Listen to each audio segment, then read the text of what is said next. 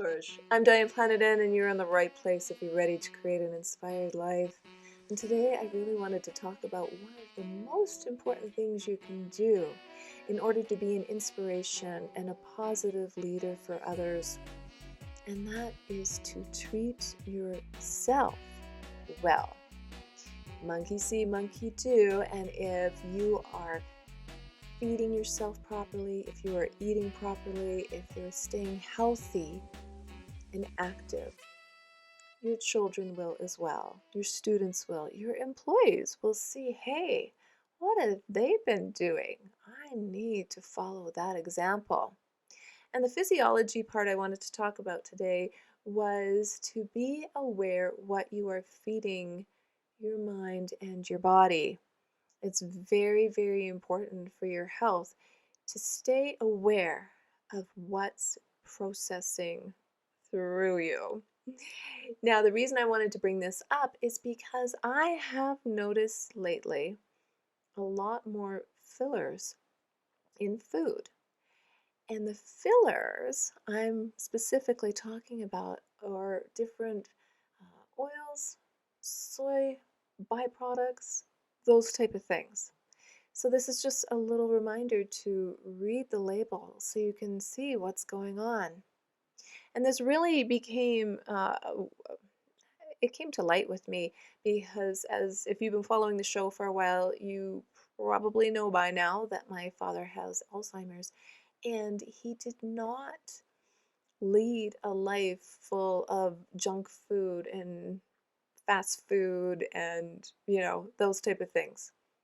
Very healthy eater, extremely physical fit, worked his entire life. I think, he retired at age 80. So this is fascinating to me on why he developed it. It might be a gene, we don't know, but there's more and more studies being done about Alzheimer's, dementia, those type of diseases, and why they are happening. Why are some people who live in Sorrento, Italy, free of disease, over 100 years old?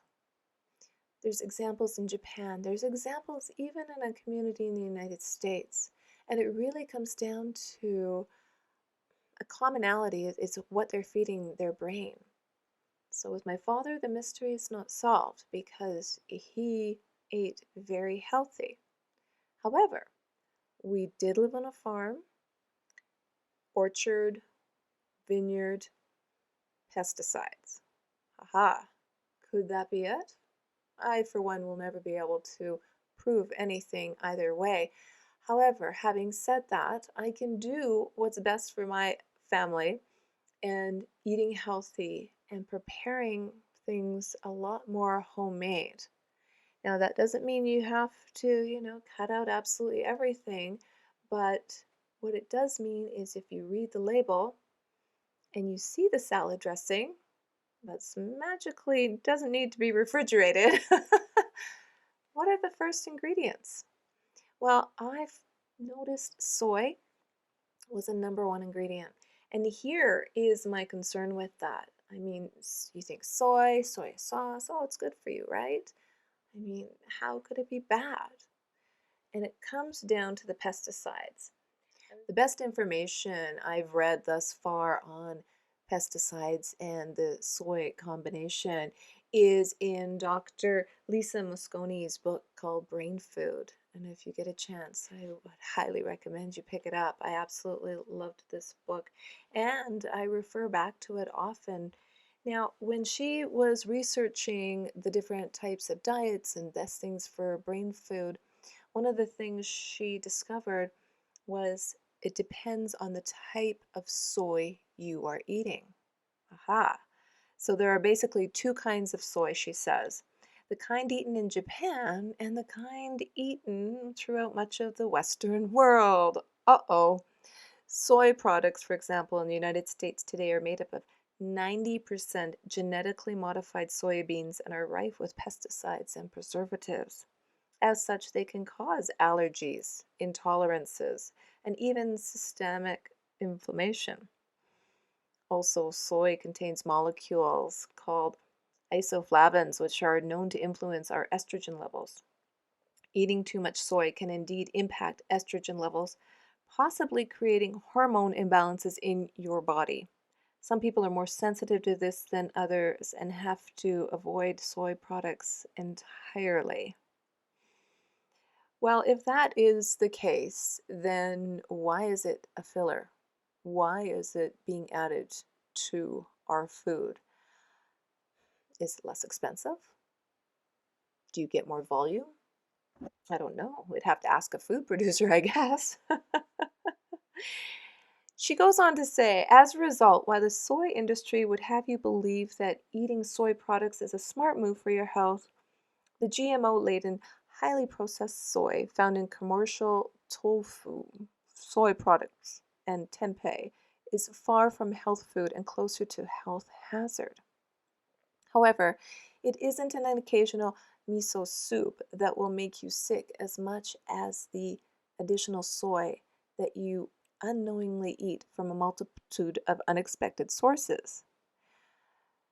At the time of this book being written, soy was being added to 12,000 food products in the United States, from common breakfast cereals and energy bars to snack foods and pastas.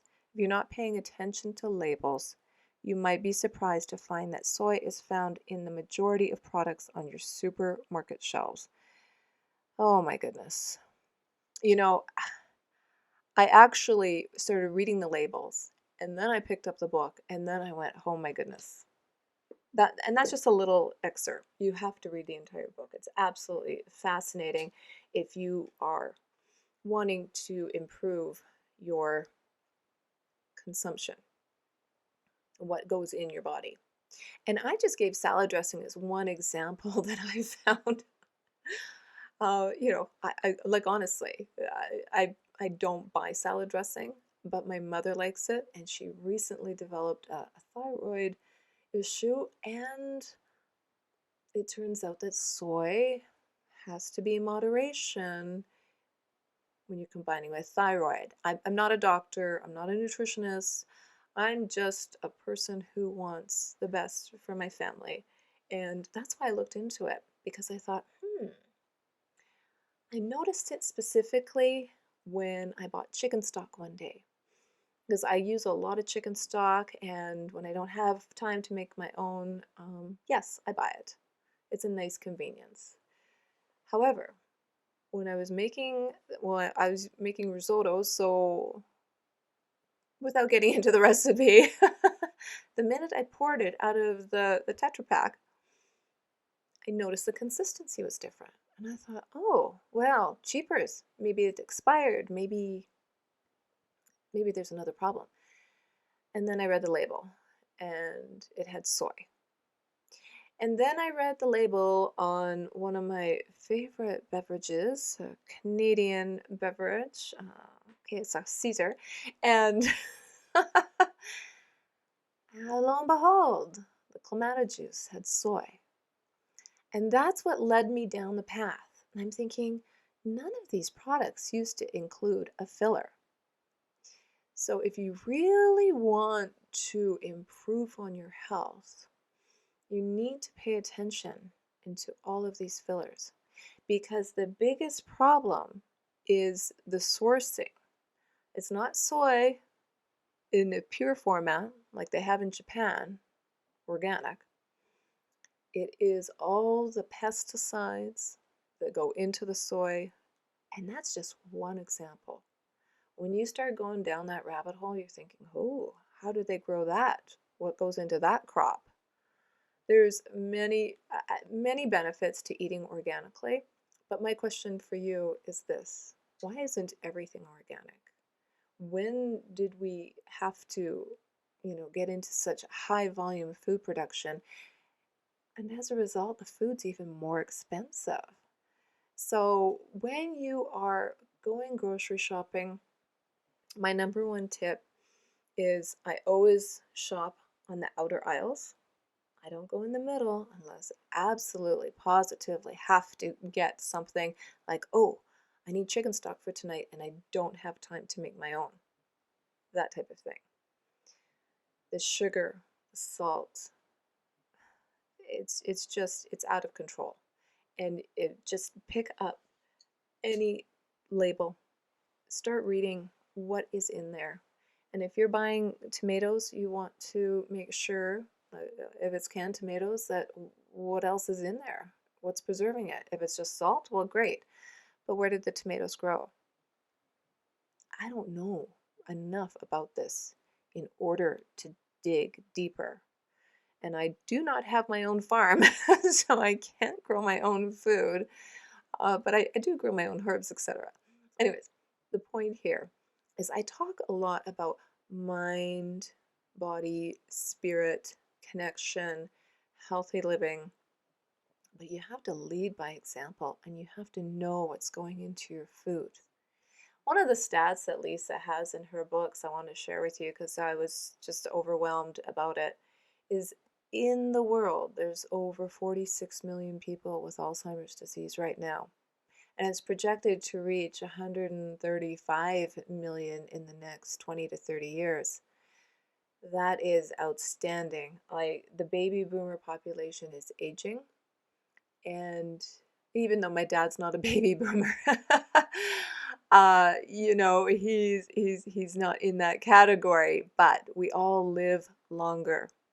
Or are we dying slower? I'm not sure.